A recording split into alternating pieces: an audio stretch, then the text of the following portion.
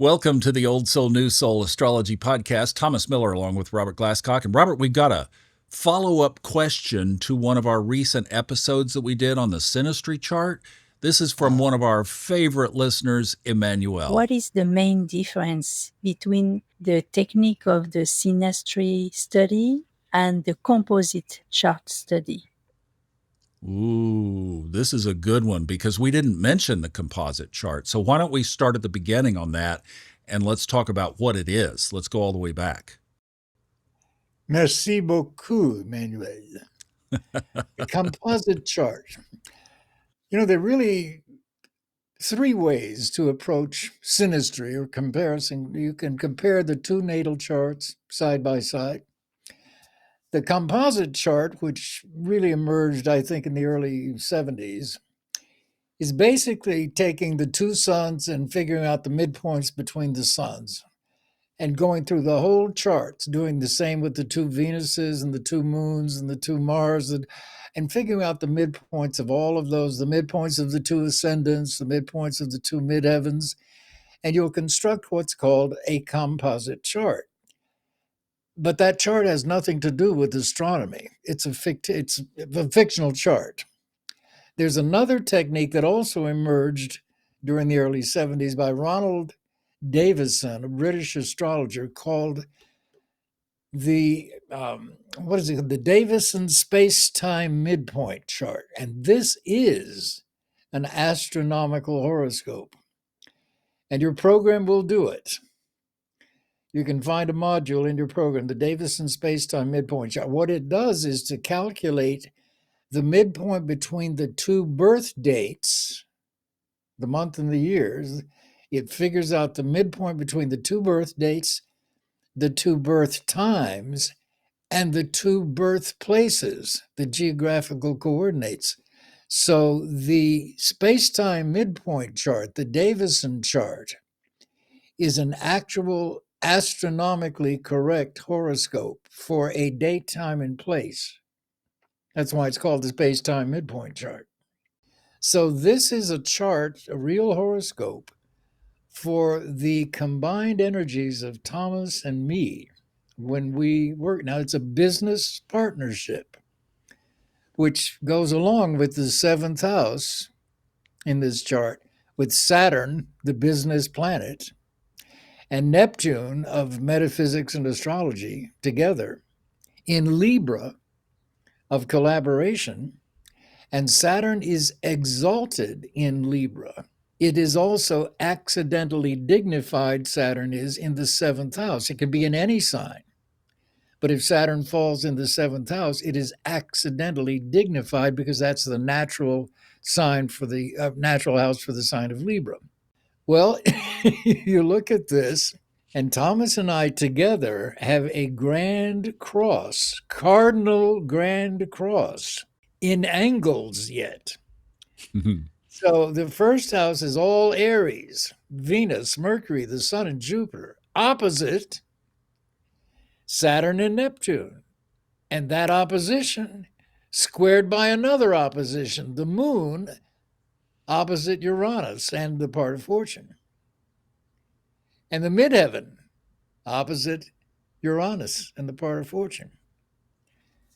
So now you're suddenly looking at a team here of very highly charged individuals. Both of us, cardinal signs are signs of leadership and dynamics that are in a grand cross. Now, everybody gets terrified of squares and oppositions because all of these are not only opposite each other, they all square each other. The moon squares, the moon in Capricorn squares all of the Aries planets. It squares Saturn and Neptune. Uranus in Cancer squares the Aries planets. It squares the Saturn and Neptune.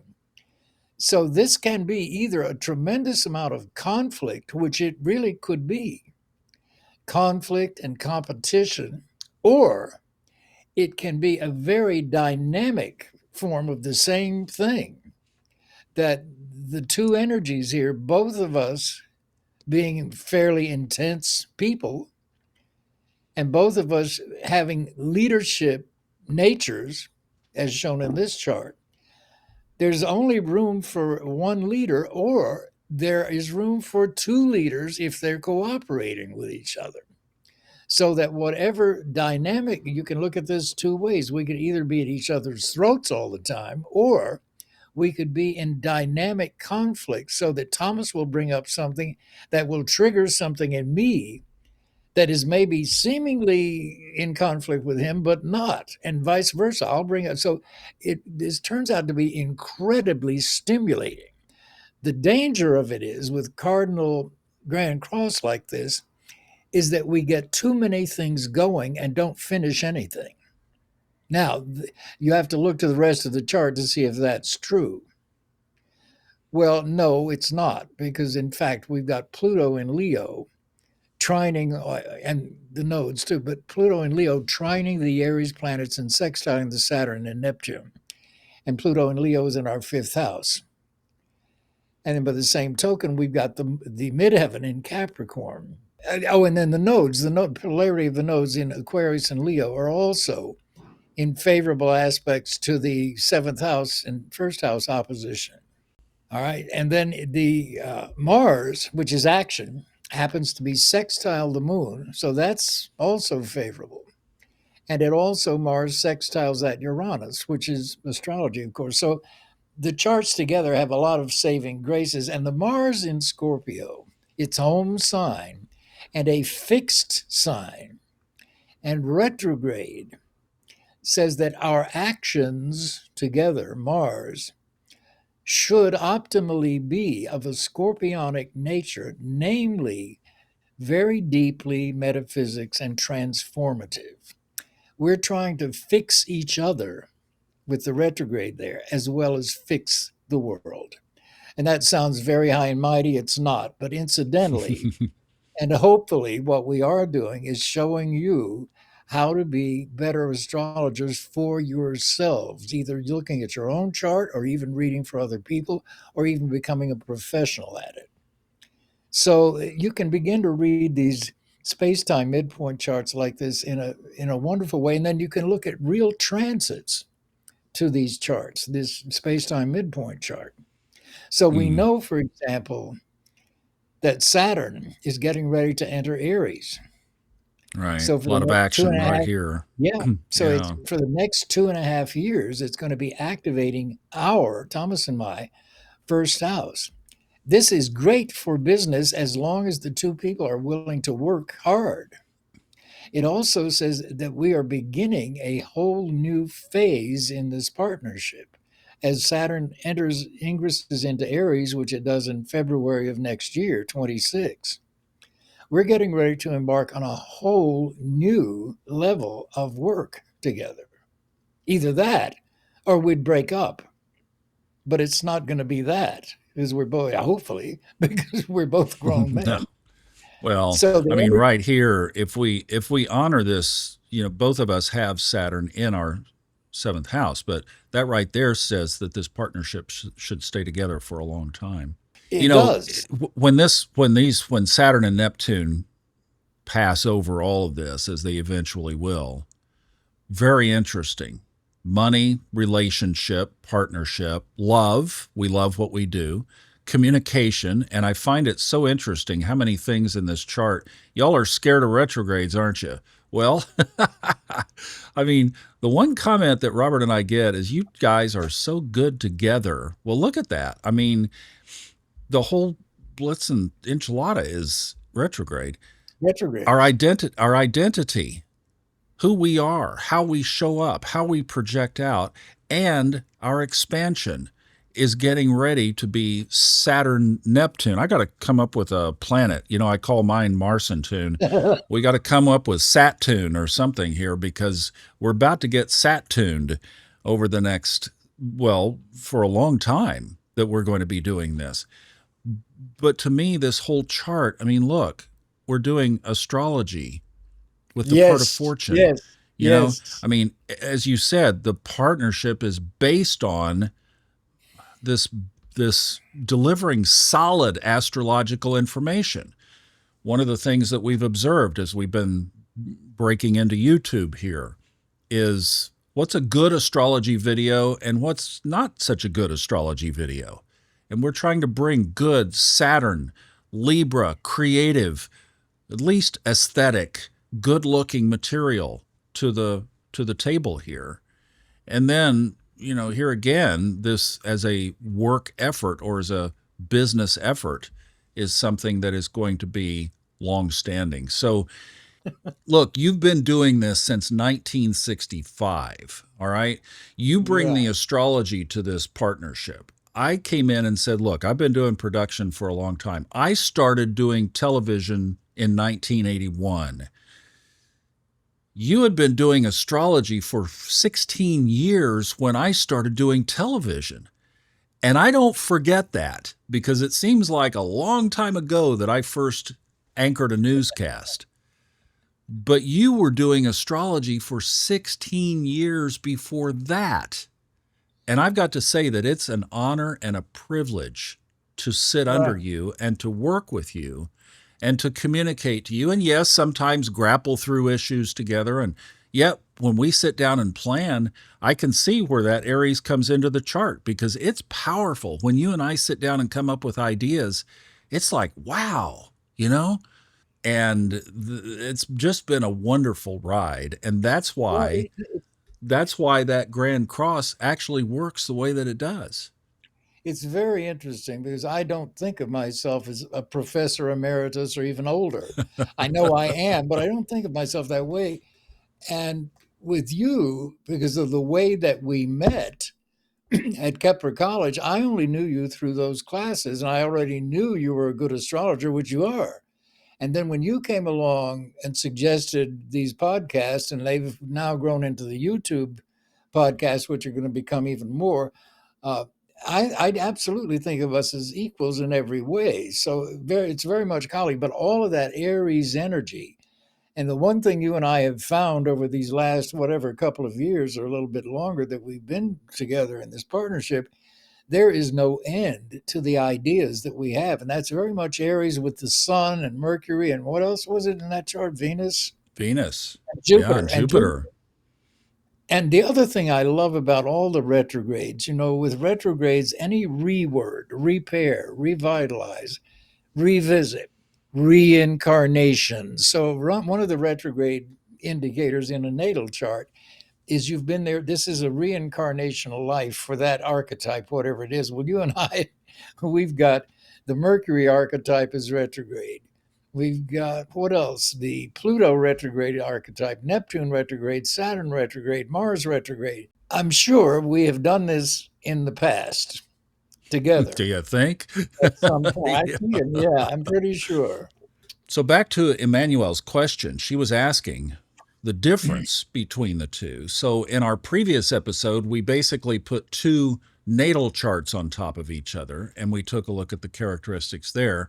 This is incredible. And I was feeling a little bit intimidated there as you were describing the construction of the Davidson. That was all done before computers now. I mean, come on. Oh It's man, like back in the old day when he came out with this in 1972 or whatever, I remember having to do it manually, and it was a pain in the ear or yeah. some part of the body. Uh, Oh man. and now, of course, you just go to the module in your computer software and it does it for you. But it's Yeah. very interesting. I like the space time midpoint chart, and the other one, Emmanuel, for your interest, is just a simple side by side look at the two charts. And you can look and say, here are the suns, here are the moons.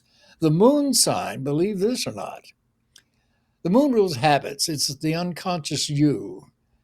The moon is really what you're like to live with on a day to day, not your sun sign. Your moon sign is how you are and who you are to live with. I'm a moon in Aries. God help you.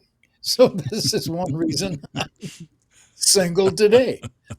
But it is. It's a very difficult sign to live with because And it's you know very. that I know that about you shifts everything of how I respond when that comes out. This is one of the ways that you can do these chart comparisons for Emmanuel's question. You look at the two suns. This is your life force. The moons are your habits and the unconscious you and who you are to live with and your emotional nature. Your Venuses are love nature, of course, but also money, how you think of money, how you handle money, and so on. So you can begin to just compare the same two planets in both charts. And I like that method too. But it's interesting, especially if you are married, or like Thomas and me, you're in a business partnership, which is just like a marriage. Then the couple becomes a single entity. It's comprised of two people. But as a couple, that space-time midpoint chart will show you how the couple functions. And boy, I love our charts together as far as coming up with new ideas. And especially, frankly, with Saturn going into Aries coming up, I can't wait to see what we Yeah, turn out over the next 3 years. seriously. Yeah, that's going to be hot. It's going Yeah, to be it will. good. It absolutely will be. Well, too, Thomas, you can look at each of those 4 Aries planets, those archetypes, and with Saturn getting ready to come into Aries and go over them, each one of those planets can represent a specific area of focus and concentration for us as a team to be aware of and concentrate on. So the first thing it's going to do is go over Venus, which is love and money. Well, projects that you and I could come up with that involve love and money and astrology for the public. This whole chart between us is all about the public, the moon in Capricorn up there with the midheaven. So it's all about that.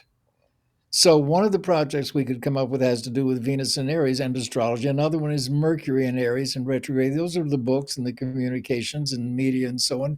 Even teaching other people that listen to us how to become astrologers, how to become professionals as a business. The sun in this chart rules the 5th house. That's children. It's also education. So we're doing obviously education. So Jupiter, what houses does it rule? And the chart rules 2. It rules the 9th and the 12th. So there are other 2 more houses that you and I can come up with modalities to help teach people. That's what I love to do. And so do you. You're a teacher just like I am by nature. So the idea of teaching people how to use these techniques and to use astrology to have a self-fulfilling life as opposed to being passive. What's going to happen to me? It's not that. Hmm. It's what can Yeah. I do with this chart? That's the excitement. Well, and let's just say, let's stretch this out to one more extrusion for Emmanuel. Let's say that she's thinking about an individual relationship. And if you had a marriage partner or domestic partner kind of thing, and you had this same construct, you had 4 powerful planets in the first house in a powerful sign, and you had Saturn and Neptune getting ready to drop in on this marriage. Maybe they're raising kids and dealing with life's various things. You pick out this one area because it's so prominent. How would you interpret that for a husband and a wife or a couple? Well, it depends a lot on their ages. For example, and look, that's probably the question on every client's mind. Am I ever going to get married again, or am I ever going to find true love? But when you're looking at that, when people are interested in love and romance, you have to first look at the natal chart itself. Some people are really not meant to be married, and and it's not fate, it's their nature. And coming to grips with their nature is the big thing. And it'd be very easy for people to go, oh, well, it's because I have Saturn in the 7th, or oh, I have Neptune on Venus. It's not that. It's not some planetary fated constellation. It's you.